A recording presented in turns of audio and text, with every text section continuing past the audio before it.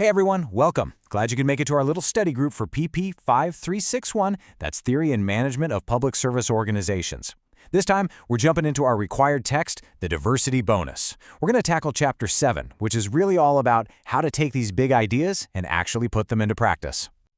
So, the chapter kicks off with this amazing quote from Frederick Douglass, and man, it just perfectly sets the stage. Because here's the thing, getting this diversity bonus isn't some magic trick. It's not easy at all. It's a real struggle. But, as we're about to see, it's a struggle that is absolutely 100% necessary if you want to make real progress in any kind of complex organization.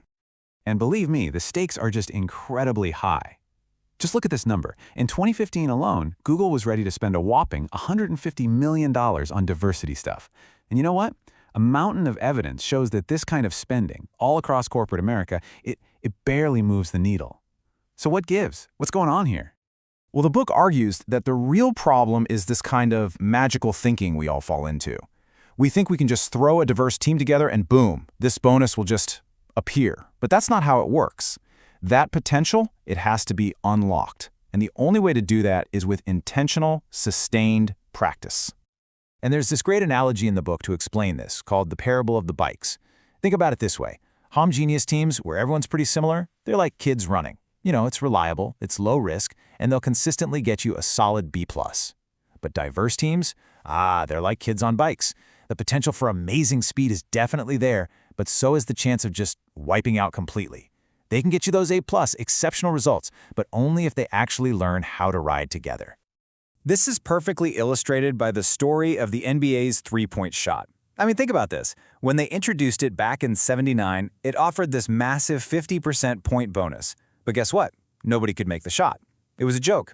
Even the champion Lakers in '82 were just awful at it. So the bonus? It was just sitting there, totally unrealized. But they knew the potential was there, so what did they do? They practiced. And practiced.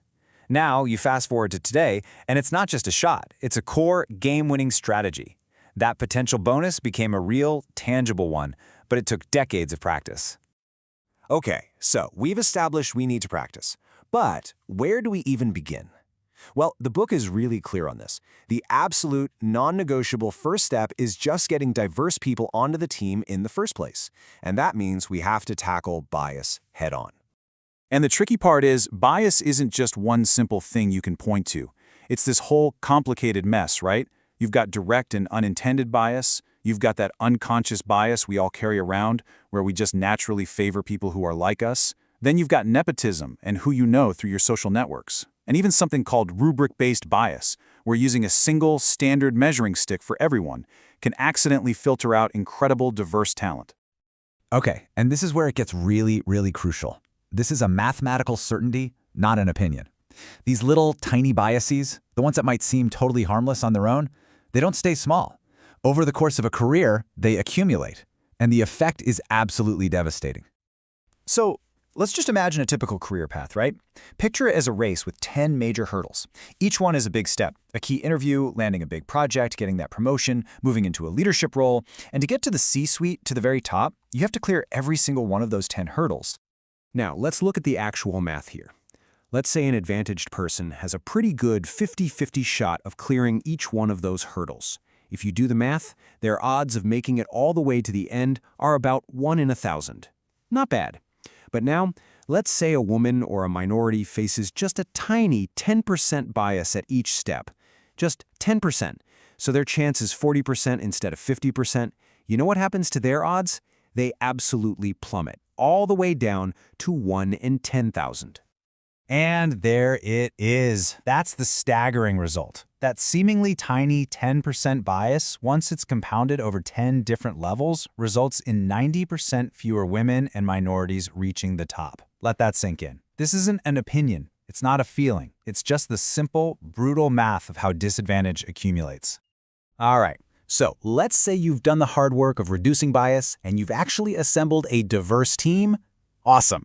But guess what? Your work has just begun. The next massive step is creating a culture where all those different perspectives can actually be heard, and not just heard, but challenged and integrated. And a really key concept for this is something called radical candor. It's this beautiful, perfect balance. On one hand, you have to care personally about your people. That's what creates the safety they need to bring their unique, maybe even weird ideas into the room. But on the other hand, you also have to be willing to challenge those ideas directly, because that's how good ideas become great ideas. You know, and this looks different depending on where you are. Take the investment firm Bridgewater. They have this super intense meritocracy of ideas, where literally every single idea gets challenged. Hard. Then you have places like McKinsey and Intel, where dissent isn't just tolerated, it's a core value. And then there's Google, where it looks like their famous 20% time, where employees can just go form their own impromptu, diverse teams to chase new projects. The methods are all different, but the underlying principle?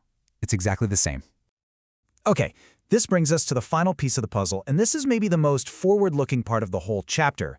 It's called team analytics, and it's really about a fundamental shift in the entire way we think about talent. See, the old model, the one tons of organizations are still stuck on, is all about finding the best individuals. You know, the ones with the highest test scores and GPAs, even though data giants like Google have literally proven that stuff doesn't predict success on the job. The new model, the SMART model, isn't about finding the best person, it's about composing the optimal team. A team built with a diverse set of skills and perspectives that actually complement each other. Get this. There's an anecdote in the book that is just mind-blowing. There was this huge $100 billion company that kept incredibly detailed data on how well its employees predicted their March Madness brackets, their basketball pools, but they kept zero data on who was actually good at making the multi-million-dollar predictions that drove their entire business. It just goes to show how much value we are leaving on the table because we're not being scientific about how we build our teams. So what's the goal here? The goal is to stop building teams based on gut feelings and seat-of-the-pants thinking. It's time to move toward a strategic, data-informed approach to putting together the right teams to solve the really tough, complex problems. And so, this all leaves us with a final, really critical question.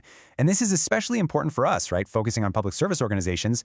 We know success requires both unity and difference. So how do we do it? How do we get a team totally aligned on a single, shared mission, while at the very same time encouraging every single person to bring their full, different, unique selves to the table to challenge, to engage, and ultimately to unlock that diversity bonus? That's the core challenge. It's the central tension. And figuring it out, well, that's the key to real progress.